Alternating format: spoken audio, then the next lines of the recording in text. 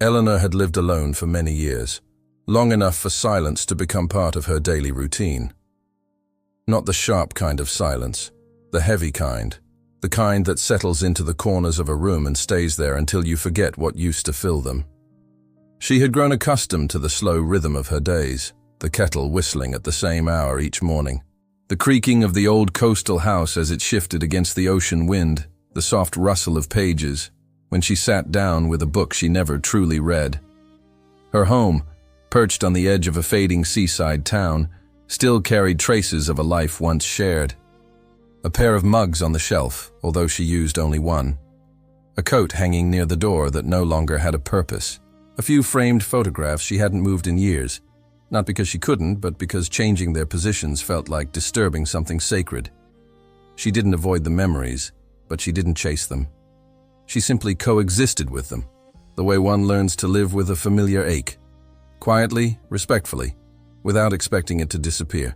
Then, one evening, as Eleanor walked past the living room doorway, she noticed something that made her stop mid-step. On the pale wall, near the corner where the light never reached, was a faint silhouette. Subtle at first, so subtle she thought it was a trick of the lamp. But it was shaped unmistakably like someone standing just out of view. Waiting. Her breath caught, not out of fear, but recognition.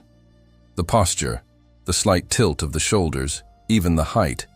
It resembled the outline of the person she once shared her life with.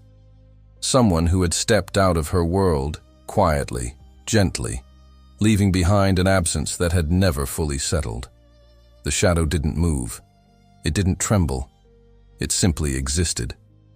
The next night, it returned. And the night after that. Eleanor didn't mention it to anyone. Who would believe her anyway? A shadow that appeared only when she was alone and disappeared the moment she tried to make sense of it. Yet each time she saw it, a calmness spread through her, as if something long unresolved was finally reaching back toward her. Eventually, she began speaking to it. Cautiously at first, then with the soft confidence of someone finally saying what they held in for too many years.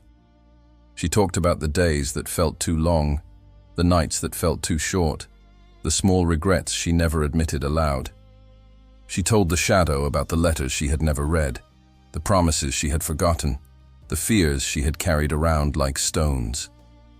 And the shadow listened. Always still, always patient. One stormy evening, as rain hammered against the windows and lightning cracked across the sky, something changed. A bright flash illuminated the room, and for the first time the shadow shifted. Just a few inches, but enough. Eleanor froze. The movement wasn't random. It had intention. It gently directed her gaze toward the old wooden chest beneath the window. A chest she had avoided opening for more than a decade. Her hands trembled as she knelt before it. The metal latch felt colder than she expected. Inside, wrapped in aging paper and tied with a ribbon that had long lost its color, were the letters. Unsent, unread, moments of a life shared, sealed away, because she once believed reading them would reopen wounds she couldn't bear. With a deep breath, she opened the first envelope. It wasn't dramatic, it was tender. A message from a younger time, full of gratitude, admiration, and quiet affection. Words he had written but never given her. She opened another, and another. Every letter revealed more of the gentle truth she had never allowed herself to hear. By the time she reached the bottom of the chest, she wasn't crying. She wasn't shaking. She simply felt lighter, as if the shadow had helped her lift something she didn't know she was still carrying. When she looked up, the outline had shifted again, this time toward the doorway. Not leaving. Encouraging. Eleanor understood. It was time to step beyond the life she had frozen in place. The next morning, she woke early, earlier than she had in years. She wrapped a scarf around her shoulders and stepped outside before the sun had fully risen. The ocean wind greeted her with a chill, but it felt invigorating, almost new. She walked to the pier, where fishermen were already preparing their nets. She exchanged quiet greetings with neighbors she hadn't spoken to in months.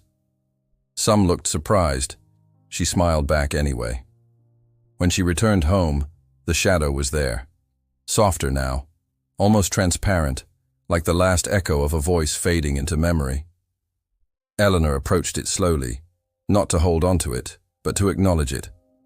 "Thank you," she whispered, "for reminding me I'm still here." The shadow bowed, just slightly, before dissolving into the dim evening light, fading in a way that felt less like a departure and more like a gentle release.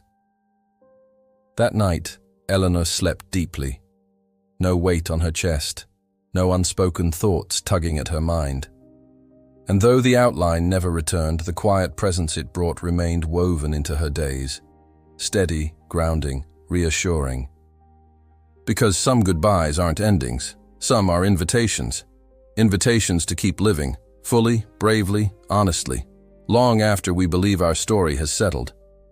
And if this story stirred something in you, even a little, tell me what moment stayed with you the longest. And if you want more stories that stay with you long after the screen goes dark, subscribe. The next one may reveal something you didn't know you were waiting for.